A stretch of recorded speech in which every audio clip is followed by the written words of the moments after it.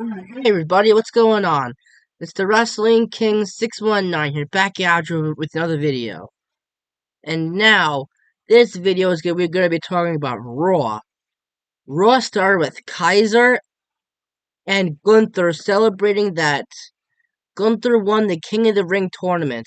He said, he said, "Yeah, for me winning the tournament also allows me to challenge for the World Heavyweight Championship at SummerSlam. Ever since Rhea Ripley got injured, Priest has really stepped up, and the tournament, it was lacking prestige until I won, and the World Championship is lacking prestige because he won it by taking a shortcut." Then Priest, Balor, and JD came out, and Priest said, "Yo, congratulations. Yeah, you won the tournament, but what makes you think you earned a title shot? We all saw you. You didn't beat Randy Orton." Which I don't know why he said that. I mean, he obviously beat him for the King of the Ring without any help. I took a shortcut because I took a shortcut, but that was because I won the briefcase in a ladder match. And that's what Money in the Bank does. And Gunther said, "It doesn't matter how you look at the facts. I mean, it doesn't matter how you look at it. I won the tournament, and if you're still champ by then, I will challenge you for the title." But then McIntyre came out because he had a title match before SummerSlam at Clash of the Castle in his home country in Scotland, eh? The A actually was Australian. McIntyre's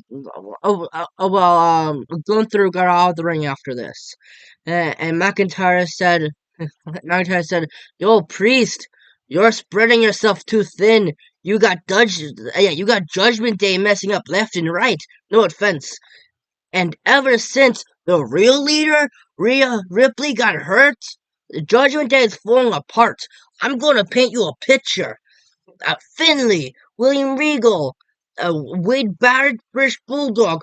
What do they all have in common? They're all UK legends that never won the world champion. I am the only person from the UK to win it 3 times and soon to be 4.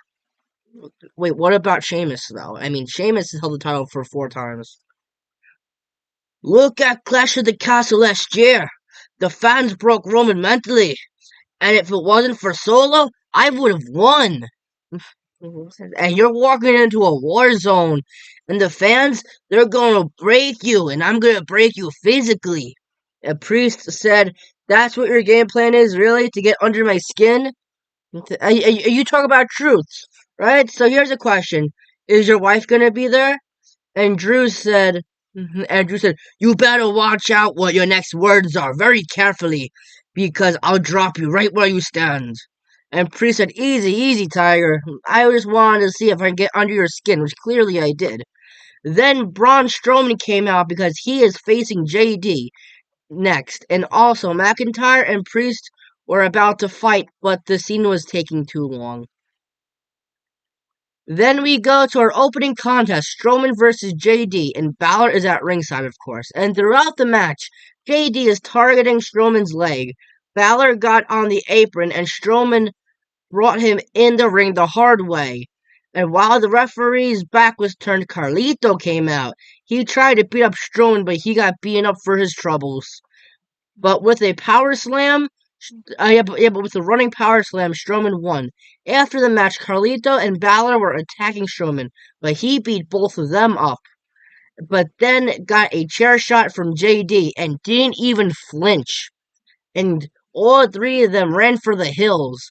Now we go backstage to Kathy Kelly interviewing Liv Morgan, and she said, "Do you have any remorse for the way that you beat Becky Lynch?" Because she used a chair. And she said, "No, but I did not know that Dominic was going to interfere. but I am putting my title on the line in my first ever steel cage match tonight, where there is nowhere to run, nowhere to hide. And she's also never beaten Becky Lynch 1-on-1 before either.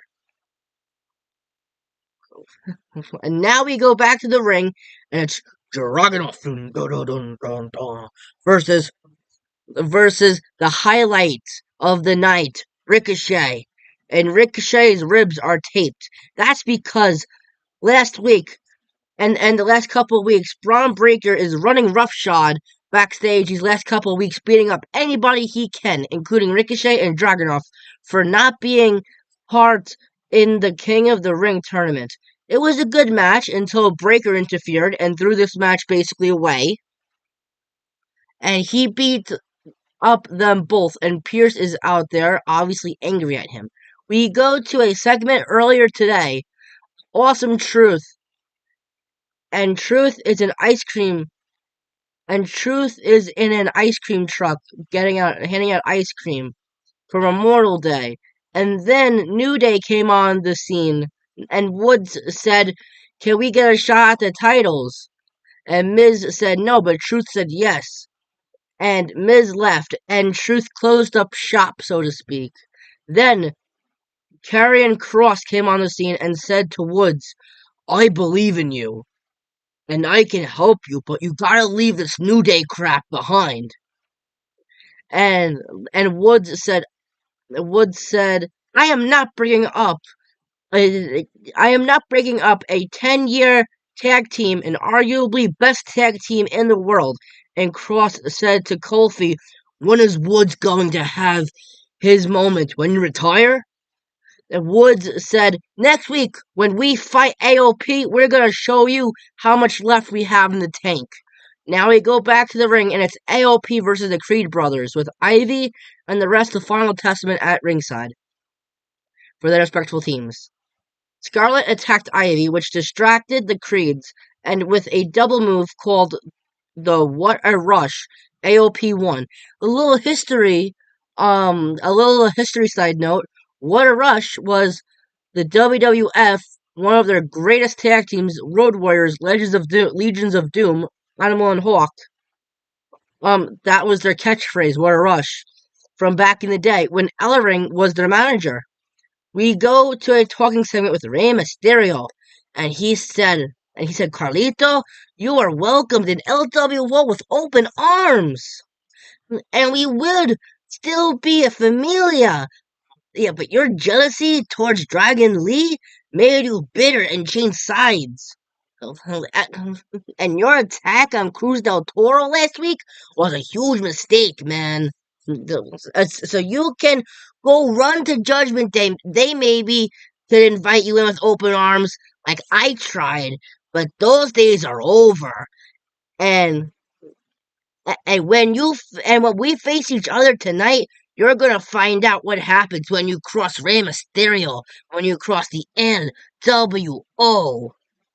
Now we go back to the ring, and Sheamus is talking on the microphone about King of the Ring tournament, and he said that they were great matches. He said that, yeah, they were banger after banger, but sadly, no Sheamus, and that's because that little Ken doll busted my knee and took me out. But what I'm salty about is that Kaiser talking crap about me while I was at home waiting to be cleared. But I'm back, and I can't wait to beat your arse again." But then Kaiser interrupted him and was on the Titantron. He said, "You are still blaming me for your loss in the tournament. Blame Gunther, because he's now your King of the Ring, and nobody stood a chance, especially you." Sheamus went out to the ring to go find Kaiser, and backstage, Kaiser gave him a sneak attack, and they were having a slugfest and had to be separated by officials.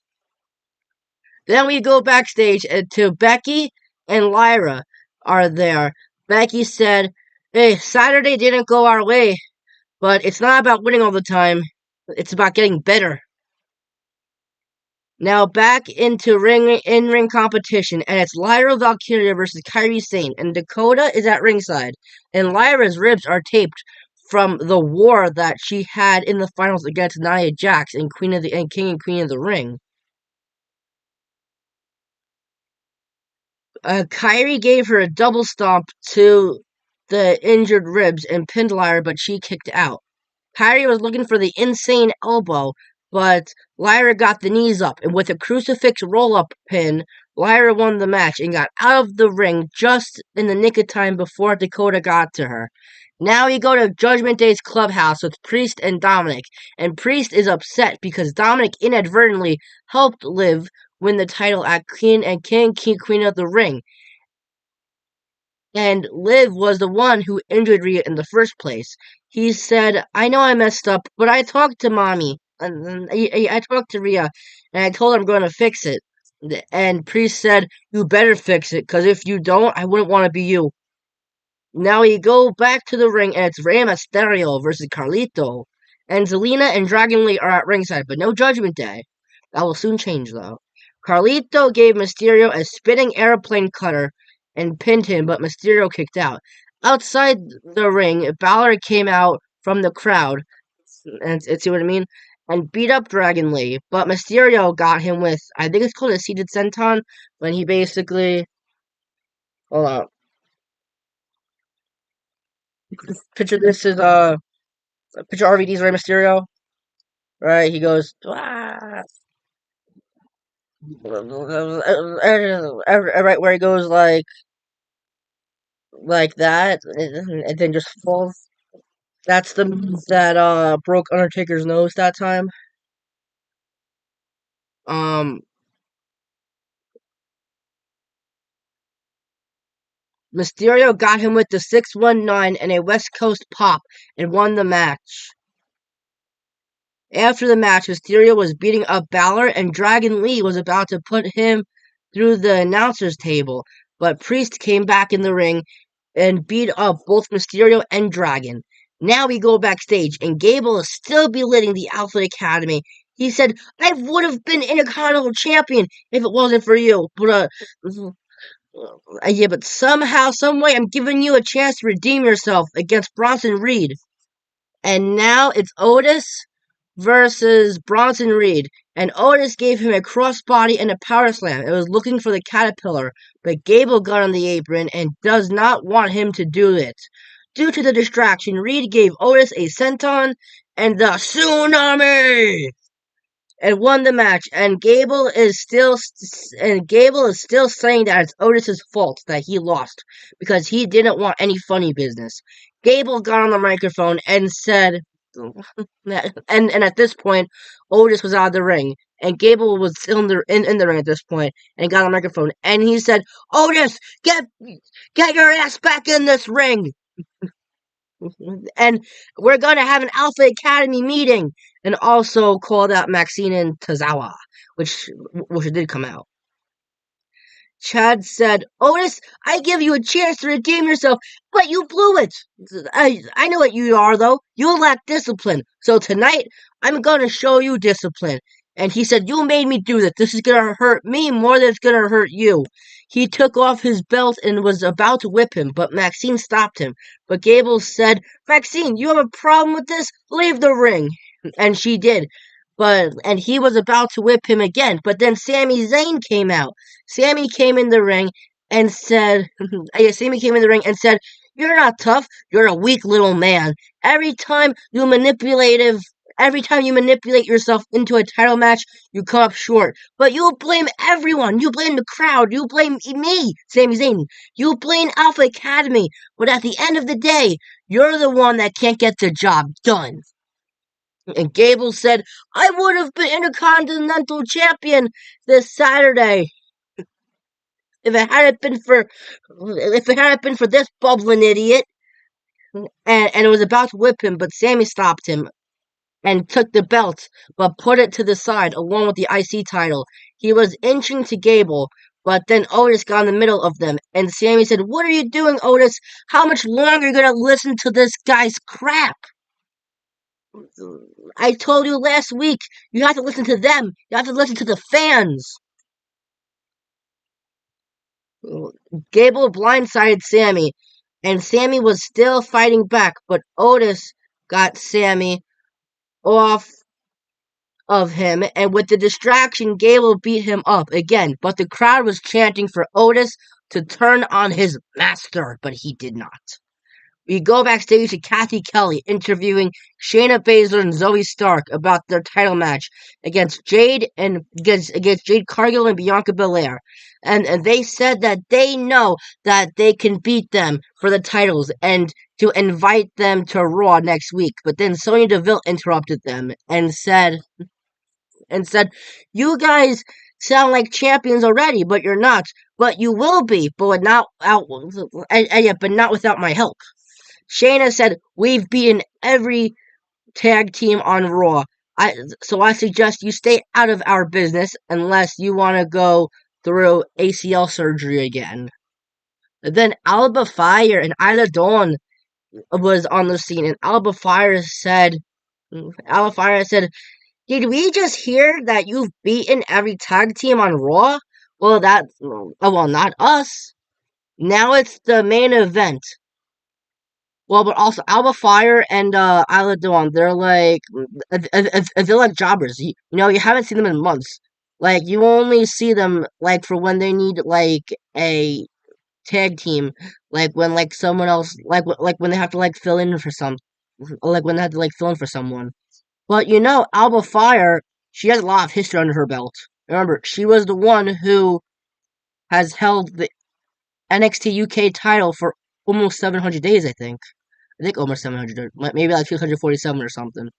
But that's the longest reigning in in women's modern day history, and so she really needs to get Isla Dawn out of her. She needs to really put Isla Dawn on the back burner, and she really needs to be going into main title competition. Now it's the main event: Liv Morgan versus Becky Lynch, and the title is on the line in a steel cage match. Liv gave her the code breaker and pinned Becky, but she kicked out. Liv tried to win by escaping the cage from like on top of the cage, right, like on top and like crawled out and so. But Becky met her up there. But Liv gave her a power bomb and pinned her, but Becky kicked out again. Liv got her in the disarmor on the ropes, but the referee could not do anything about it because it's a no DQ, it's a no disqualification match in the steel cage. But she obviously got out of it.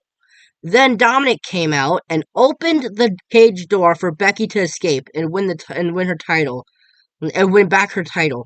But then JD and Balor came out and they were basically saying, like, "What the hell are you doing, man?" But then Strowman, Braun, Braun Strowman came out because he was looking for JD all night because he's the one that hit him with the chair earlier in the night. But Becky was about to escape the cage and win back her title, but Braun did the Strowman Express and knocked over Dominic, and the cage hit Becky and knocked her out. And with the knockout, Liv crawled out of the ring to retain her title, and that was it. Please like, comment, and subscribe, and I'll catch you guys on my next video. Peace.